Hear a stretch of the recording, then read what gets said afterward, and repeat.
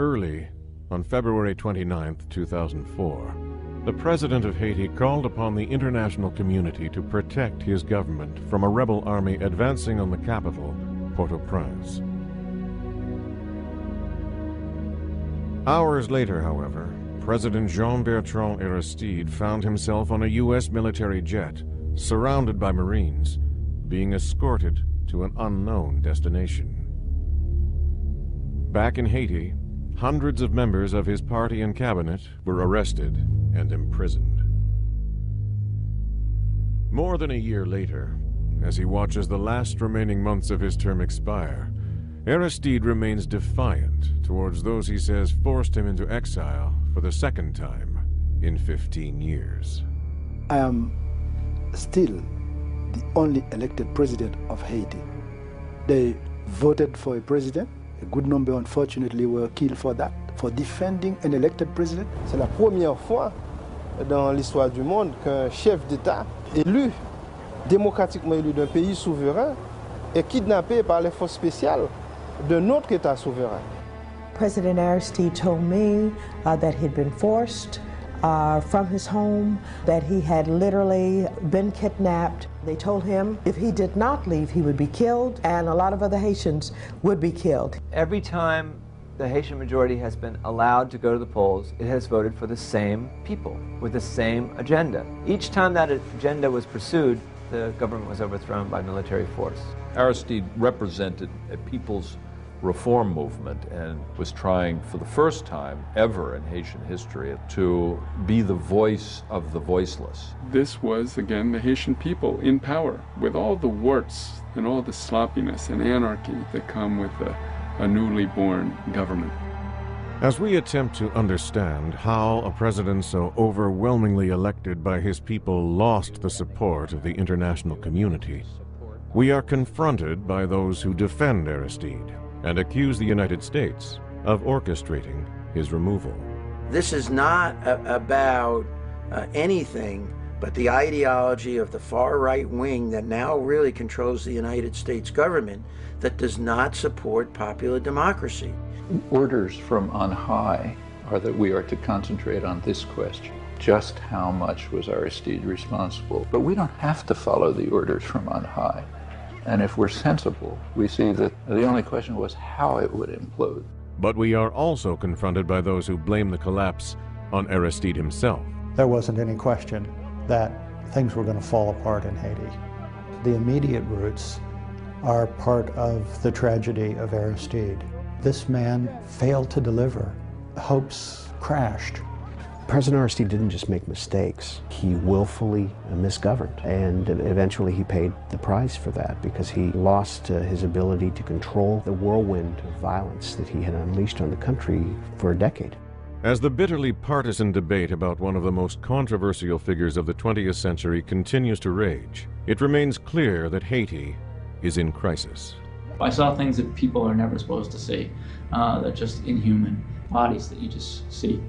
I mean, their daily life is to walk by a body that's being eaten by a dog because it was killed, the night before. It's a setback that's multiple decades backwards. Everything's broken, and everybody knows it. Aristide was not perfect, but he represented an institution. If allowed to grow and prosper, it symbolized another relationship that Haiti would have to the world. The justice that Aristide fought for, that the Haitian people demand, is still existing. Haiti is poor as dirt. Children are still dying. The situation of Haiti defies logic. To see the Haitian people living like that is incredible. My hair is standing on the back of my head right now as I'm talking to you. This is such a waste. This is so undignified. This is a crime against humanity.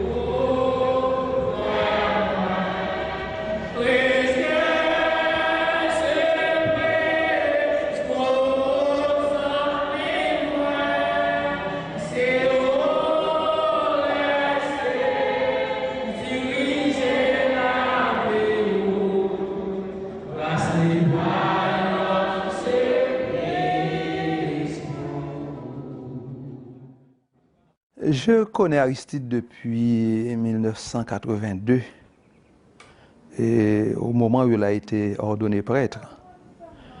Et j'ai suivi son évolution, son engagement dans la théologie de la libération et aux côtés des jeunes.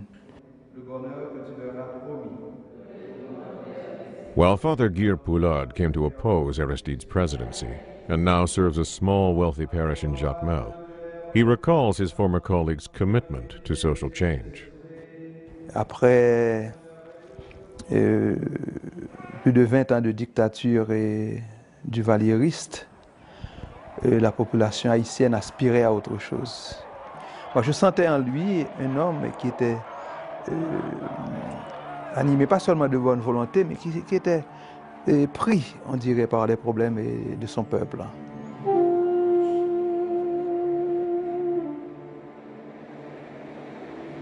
Dr. Paul Farmer, an American physician and anthropologist who has worked in Haiti's impoverished Central Plateau for 25 years, agrees with Father Poulard. The majority of his inspiration comes from listening to very, very poor parishioners, people living in slums, people who are child servants, women who have many children but don't have any stable employment. And that was the focus of his own ministry as a priest. Farmer's clinic has grown into an impressive medical and educational complex and serves as a model for bringing health care to the world's poorest communities. Farmer himself has been outspoken in his support for Haiti's embattled former president. When you look back at people who adopt ideas that are unnerving to the powerful, the idea, for example, that the Haitian poor just want poverty with dignity and a few basic rights, clean water, to go to school, etc. Those are profoundly disturbing ideas in some circles. And they're profoundly popular ideas among the poor themselves. Already well known as a tireless advocate for the poor, in the late 1980s, Aristide began drawing attention for his fervent criticism of the military and foreign domination of the country. Si vraiment ils reconnaissent avoir volé, si vraiment ils reconnaissent avoir volé à travers leurs compatriotes tout au long du processus de colonisation, si vraiment ils veulent dire à la face du monde entier qu'ils sont développés, qu'ils commencent à ne pas avoir pitié d'Haïti. Nous n'avons pas besoin de pitié, nous. Qu'ils commencent à ne pas avoir pitié de nous, mais à reconnaître le droit que nous avons, droit de récupérer un peu de ce qu'ils ont volé.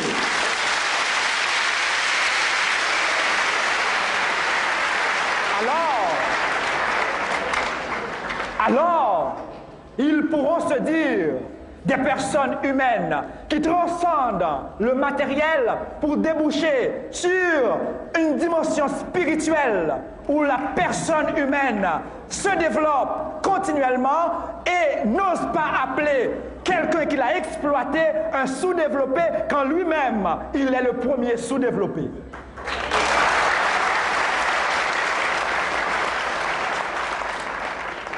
Aristide's passionate speeches chastising the world's wealthier powers not only had an impact in Haiti, but within the international community as well.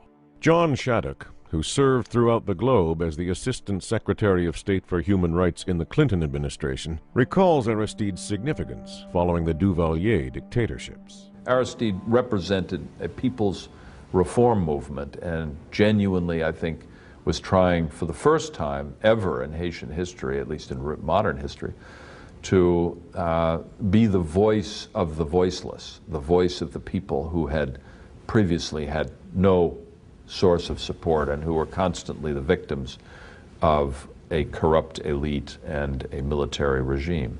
Aristide and others like him are the opposite, are the result of the Duvalier years. The Duvaliers were there for 30 years almost and created a society that's completely immoral. For over 30 years, François Duvalier and later his son Jean-Claude ruled Haiti as dictators, dominating the population with brutality. Using a ruthless militia of loyalists known as the Tonton Macoute, the Duvaliers expropriated millions of dollars from the Haitian treasury and committed countless human rights abuses. When a popular uprising finally forced Jean-Claude from power in 1986, he fled to France, leaving in his wake a nation ravaged by chaos and violence. Ray LaForest, now a human rights activist, remembers growing up under the Duvalier regime. So Duvalier represented a complete lack of respect for life, abuse, raping of women and children and families, a degradation of the society, just naked aggression, a neo-fascist system. Jean-Claude Duvalier's departure left both a political and security vacuum in Haiti. And for the next 3 years, former Tonton Macoute and army loyalists battled over control of the country, killing countless civilians.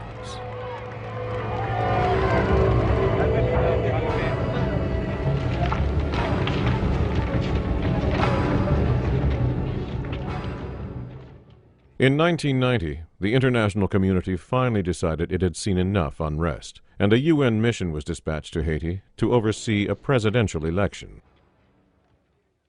Father Aristide, refusing to be intimidated by multiple assassination attempts and the burning of his church and orphanage, decided to run for the presidency.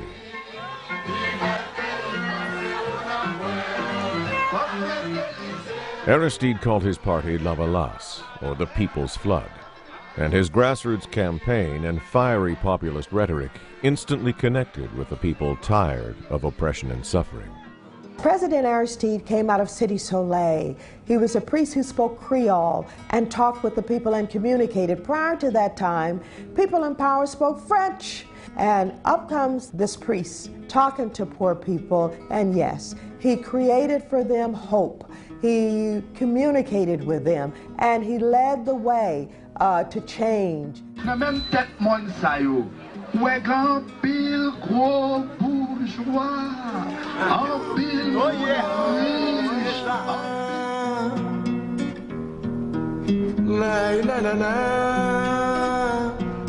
Today, President Aristide lives in exile in South Africa. When we spoke with him there, he described the challenge of trying to work with a society dangerously divided into wealthy elites and millions of poor. We said we should not create a kind of war where rich fighting poor and poor fighting against rich, but a kind of place where rich and poor can work together. He's simply saying to the property classes, you have to give a little more to the poor. We want to move from abject misery to dignified poverty. That was his program. But those in Haiti's elite class who opposed Aristide's social reforms accuse him of being divisive. En prônant la lutte, une sorte de lutte des classes, là, il a tout cassé, je crois. Il fallait évidemment prôner le partage, parce que il faut le reconnaître, en Haïti, notre élite n'a pas travaillé suffisamment à la promotion des masses. But Danny Glover, a political activist, actor, and close friend of Aristide who's been following events in Haiti for over 30 years, disagrees. To raise the minimum wage just slightly, which was what Aristide attempted to do, to bring medical services to that island, which has not only inadequate medical services, but is one of the leading countries in the region in terms of HIV/AIDS.